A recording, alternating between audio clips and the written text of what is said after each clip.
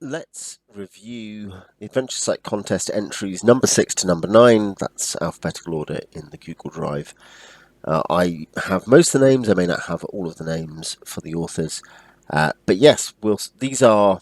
the idea of the Adventure Site contest is, as being run by Coldlight Press, is that you have something that will run for a couple of sessions. It's a layer, basically, or a kind of environment that will give content for a few sessions, and it doesn't need to be kind of, oh, here's a big epic adventure. It's just a location that can be fit into 2 key pages of text plus a map. So we've got the Fountain of Beck here, which I believe is credited at the end as by Stussy and Stramash, who I think were last heard of in the late 70s for their post-disco album Bopping the Zopping. So I'm really glad to have them back. This is a Dyson map. This is AI generated, I believe. We have a credit up here about whatabout.itch.io one-page dungeon generator. Anyway, this is for Labyrinth Lord Advanced. There is a reference to Fiend Folio. There's a surface ruin and a short single level basement dungeon. And the idea is that there is a ruined monastery now inhabited by trolls, and they're led by a 2-headed troll of slightly above average intelligence. And yeah, for some reason or another, you end up going there. And a very strong thing here is the hooks. There are 6 hooks, there are 4 rumours, and there's all kinds of setups. You know, an Asian nun and her carer ask you to go and rededicate the fountain. You have a vision of St. Bronwyn asking you to go there. There's local farmers who want you to go and investigate, because the peasants are unhappy about the raids that these trolls are doing. There's different ways in. This is very adaptable and good. It's going to fit some settings better than others. It's as written, it's not going to fit very well in your ASE or Carcosa campaign, suffice to say. It fit very well into a Dawnwood campaign, and certainly you could imagine into some sort of mid-range heroic fantasy types. You know, Greyhawk, I think you could probably fit it in some way. But yeah, so Dawnwood seems like the most obvious fit for me, albeit trolls are not a Dawnwoody thing. Yeah, you've got an OOB, 5 trolls, a giant 2-headed troll, and what their positions are. And yeah, you roll d6 to see where they are, and it'll tell you there's, Gloag is going to be in this room at this time, and 1 troll will be somewhere else, 2 trolls will be, etc. And yeah, it could be a raid. So there's actually quite a small garrison in that case, in which case you might have up to 4 turns. That doesn't feel... 4 turns is not very long, really, if you're exploring rooms 1 per turn or whatever, so it's really about where you have to deal with them or fight them. They could be upstairs in the tower, and you see here, generally speaking, there is a sort of, let's say, unfortunate thing that confused me in my first read, that here you see there's a 2 in 6 chance of Gloag being in the West Tower. This is actually just representing 1 and 2 here. So, yeah. So I think, yeah, there's occasional bits of just double checking and clarifying there necessary. But yeah, you've got an upstairs which could have Gloag hanging out with 4 devil dogs. The devil dogs, where are they? Yeah, which are, sorry, death dogs. Fiend Folio, page 23. Devil dogs there. You then have a dungeon which is 10 rooms large. You see this is in pretty middle of the road, post-Gygaxian, hazy meaty fumes hanging in the air, smashed wooden benches, alabaster statues of Beck and her 3 daughters of the debris. It's in the mainstream tradition of this kind of classic D&D location. All pretty readable and reasonable. Occasional spelling errors or grammatical errors, rather. I don't know if I actually saw a spelling error, but missing comma there, for instance. Yeah, it's evocative. There's certainly, there's plenty of human meat around to eat as well as other kinds of meat, so that's something. There are basically, there's one genuinely large area of treasure, which is the Troll Quarters. This is BX. Presumably, it's based on BX if it's LL is the basis here. So no magic item XP, but you do get gold XP. So there's a pretty generous allotment of treasure there. If you find it, albeit it takes a step to find it, there is a sword +1, short sword +1.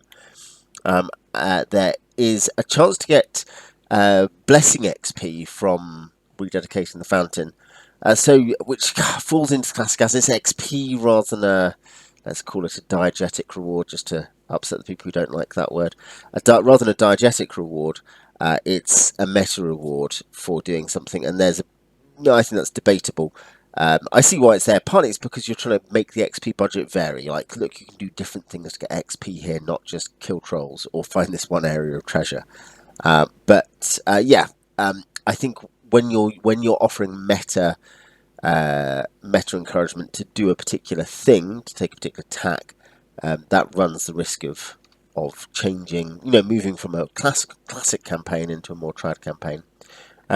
Big powerful Shadow Octopus as Labyrinth Lord, page 90. That's just off screen, 50 hit points, but without shadow. 1400 XP, so there's not 1600 XP. Sorry, it's not ungenerous. But yes, so big fight there. You have to do that to get into these back rooms, which are not, in fact. You don't have that. There's the rededication. You can have killed off all the trolls pretty much by just walking around. But the remaining stuff is that there is a tapestry with scrolls, which also gives you a clue about getting into the secret room. And the secret room contains an emerald worth 1500, so not very much really in the context of this is the final secret room, and a magical jawbone which gives you a ton of powers at one a day or one a month, including more if you're lawful as as an alignment. So you have to pray to Beck first. That's a cool treasure. It's a complex treasure. It's interesting, of course, though it's not quite artifact level, it has artifact features, multi-spell use, etc. And I think it's interesting that because you don't have to XP budget that, you can just in BX you can just dump it in there, and that's a bit of a feature, in fact, of some kind of OSR adventures, isn't it? The idea that you can have in the BX Labyrinth Lore, particularly Lamentations too, actually. But both of those where you see, here's some wacky, massive thing that could change the campaign. It being a very common feature in the high days of the Old Republic. And there's a bit of that. There's not campaign changing, but there's a bit of that there. Here's a massive magic item. It's not XP budgeted, but yes, it does mean, on the other hand, because it's not XP budgeted, you end up with things like 2000 XP for doing the nice thing. So yeah, I like Fountain of Beck. Frostfire's Durance Vial. Here, this is leveled. I don't think Fountain of Beck is actually leveled. There's a couple here. This one is. Party companions levels 4 to 7. I think a couple of the ones I've got today are not leveled properly. They don't give level ranges. So that's 4 to 7, and this one is 4 to 5. This is by Richard Sharp. Apparently, Blood or Treasure, and you can see it's got the the CAG Podcast's 2-page dungeon contest. It was playtested thanks to including Forest, Direct Sun, Sivnus, and Big Pun. Okay. Maps. You got Castle Above Ground, Dungeon. There's the Keep of a Castle, which is relevant to do with getting access to the dungeons, and then there's the dungeon proper in the mechanical sense. That is to say that the caverns here are what you're actually doing. You have some one-page dungeon communication here. The wandering monster you'll get as they travel around is Hellwings. This is also for BX, so OSE, Labyrinth Lord, Lamentations. They're slightly different, isn't it? But yeah, the idea is, here we go. The fair Princess Gwaelin needs rescuing, but the White Dragon Frostfire guards are in the cavern below Blackgate Castle. And we have a setup here, which is basically it's a soldier's brothel, and 2 recruiters ask you to go and find the Princess Gwaelin for them. And here's stuff about the recruiters, and you go to Blackgate Castle, and there is a thing. They were not supporting assault on the castle, so they proposed 3 plans: go via the elevator, go via the well, or go via a secret entrance. Malachar also suggests running the Orbs of Frost Shield, and yeah, the idea that you ignore the first 2 for a one-shot, have Grimshaw and Malachar consider infiltration a suicide mission. This, I guess, is to avoid having to, if you're thinking I'm running this at a con and I've got 4 or 6 hours to get most of this done, or all of it done, let's, you cut out the let's work our way through the castle bit, I guess. But yes, what you'll find otherwise is that these maps are used, I guess, if you're doing an infiltration plan, but are not keyed, as they have no detailed key. They just have a name key, Salar, and they're just they're there for dressing. The main thing you've got is Frostfire's lair, and here the point here is that obviously you are going to have to end up dealing with Frostfire, the dragon, and yeah, there's some interesting things here, like getting in the rushing stream. Well, it's going to be difficult to get in, but there's iron pitons, and you use gaseous form. To protect yourself, you're still fairly low level. Getting the Orbs of Frost Shield, which counters resist cold. Well, that's clever, isn't it? So there's 2 of those. They can shatter if they take 25 damage or more in a turn, as you can see there. It's reasonably clearly keyed. I would prefer this to be n-columned.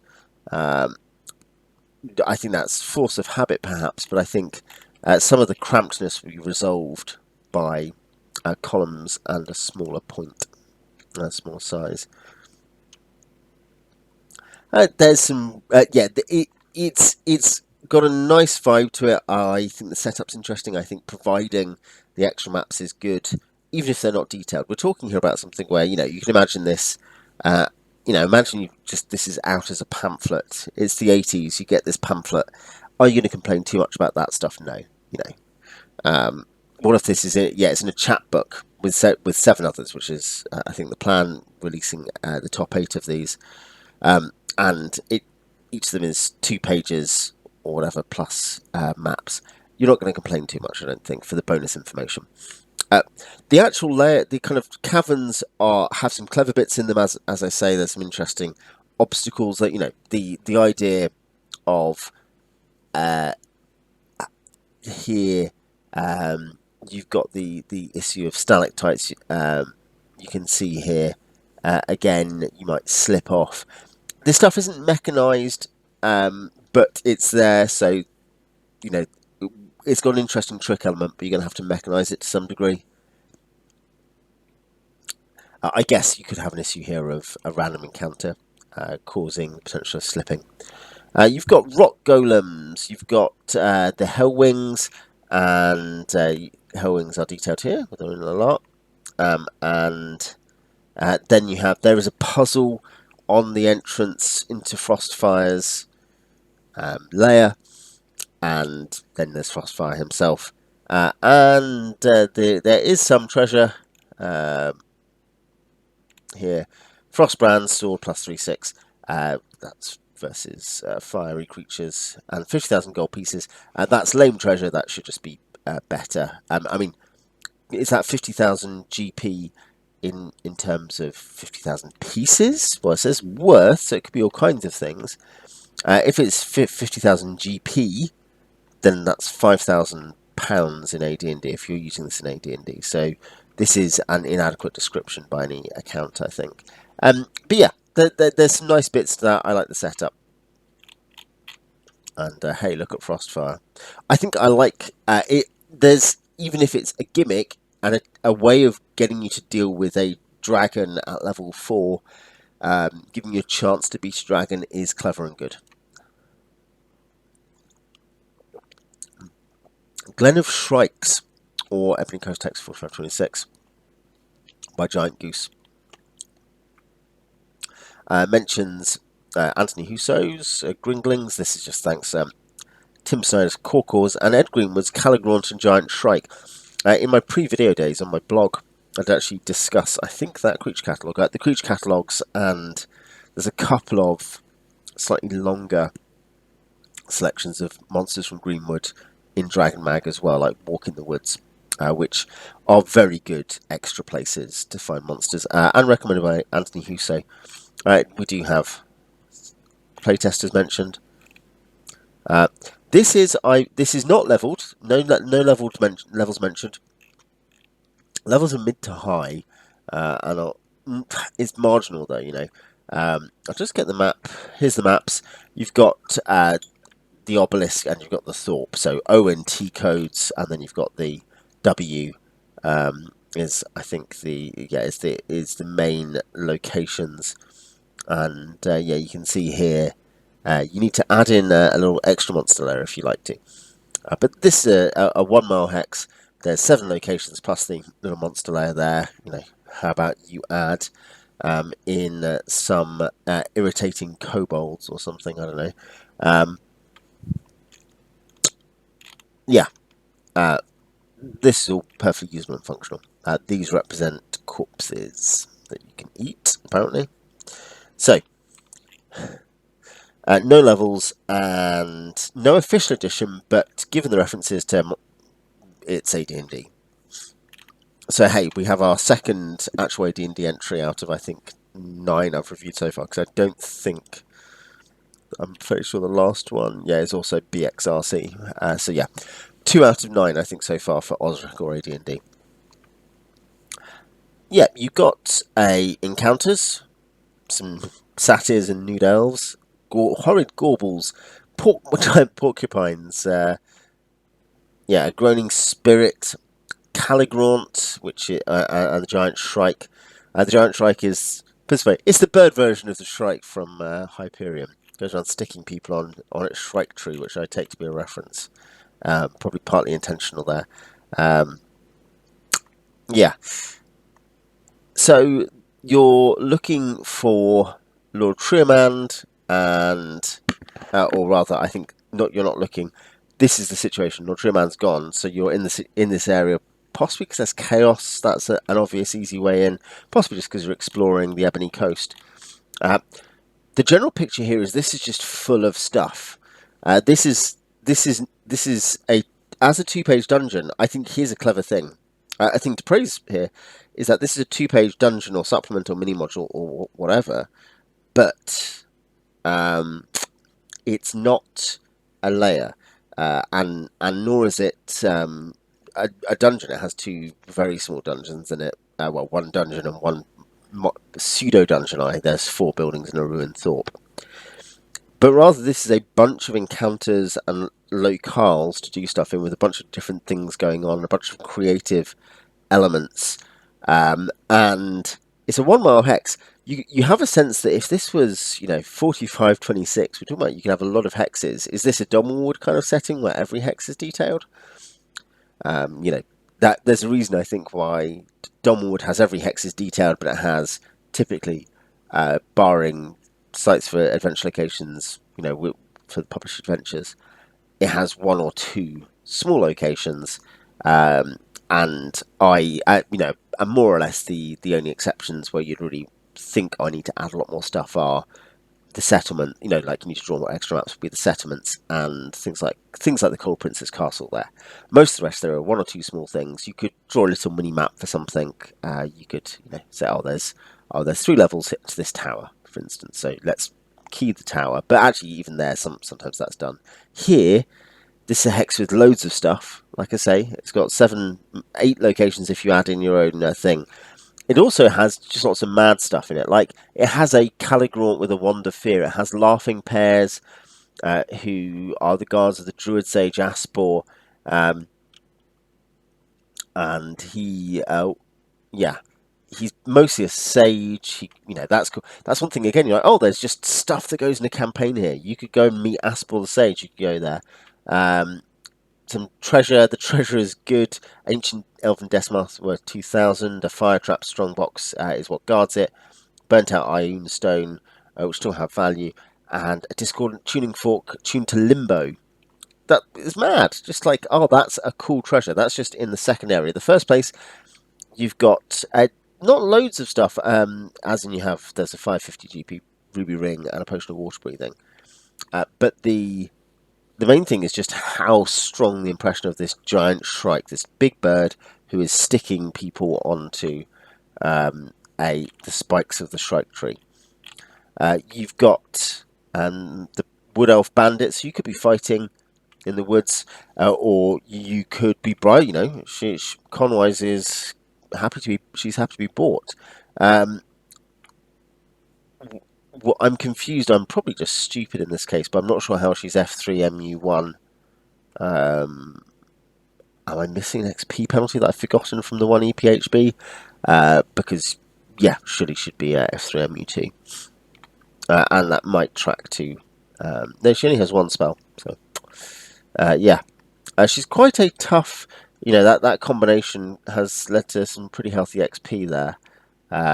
She's got a potion of healing as well, and a longsword +1. She's quite a tough opponent. This is this kind of, again, the suggestion. You've got her, you've got the Laughing Pears, because that's one thing, again, the density of the information here is great. I don't find it particularly overwhelming as to layout. This is the sign of a decent sized point and 2 columns. The Laughing Pears, 3-foot green pears with toothy maws. You can harvest their teeth. Loads of stuff here has psionic. They're attracted to psionics. Their one superior pair per bunch will be 8-foot psionic and rusty in colour, who has modes ADI. Yeah, it's that's Dolman Woody as well, actually, in terms of mentions of that. By that I mean it appeals to that Chris Kutelik as well, that kind of offbeat, whether it's acid fantasy or folk fantasy, those areas, a mixture of the two. Aspor has plenty of treasure as well on him, not just the stuff that's in the thing. The Caligrant again has their mated pair of Caligrants separate from this one, and the Caligrant wants magic items. These ones want to barter for magic items and have a bunch of good stuff. A druid scroll, a robe of useful items that only summons mules. That's funny. Yeah, like, just there's so many cool things here, and there may be a lack, and this is kind of a thing to do with the exact nature of the play cycle in not in a specific environment, but in the campaign, like as in the between the wilderness to the dungeon to the city to the wilderness to the dungeon to the city, that kind of thing. Where there's no centerpiece here other than the obelisk, and the obelisk is very small, it's only 3 rooms large. And what there is instead is just a bunch of weird stuff. And possibly that's too much sugar, possibly that's just too sweet. But it is very, very fun. There's other things in here. You can see warped elven magi, elven maidens who are actually werewolves. A 58 birds who attack you. The Corcor. You can see 2 new monsters, 2 from Corcor actually. I think, am I right in saying it's the Corcor? Yeah, it's from Fight on 12. So 1 new monster, 3 summoning monsters who you might not have because they're not in the core books. You've got a weird little obelisk with some the precursor race. Good. This is very D&D, isn't it? Portal to the astral plane. An HD7 psionic creature. As I say, loads of psionic stuff in here. The same here. Sonic Blast, 2 a day on these elven magi who are 1,000 years old. Like, So yeah, maybe there's a bit too much going on, and maybe the fact it's not clear. Like, it's obviously, I think you want to be like level. If you got 6 to 8 characters, let's say it's 6 PCs plus a few followers. The PCs want to be level 4 or 5, probably. Sort of, especially if they're out in the audience, they can't quickly refresh their followers. They've got a link boy and 2 guards or something with them, because you could be fighting 20 elves and a spell swordess. You could be fighting a 1,000-year-old elven magi. So yeah, very fun. Lair of the Grim Gasher Orcs by Daniel Hertz for BXD or Encyclopedia.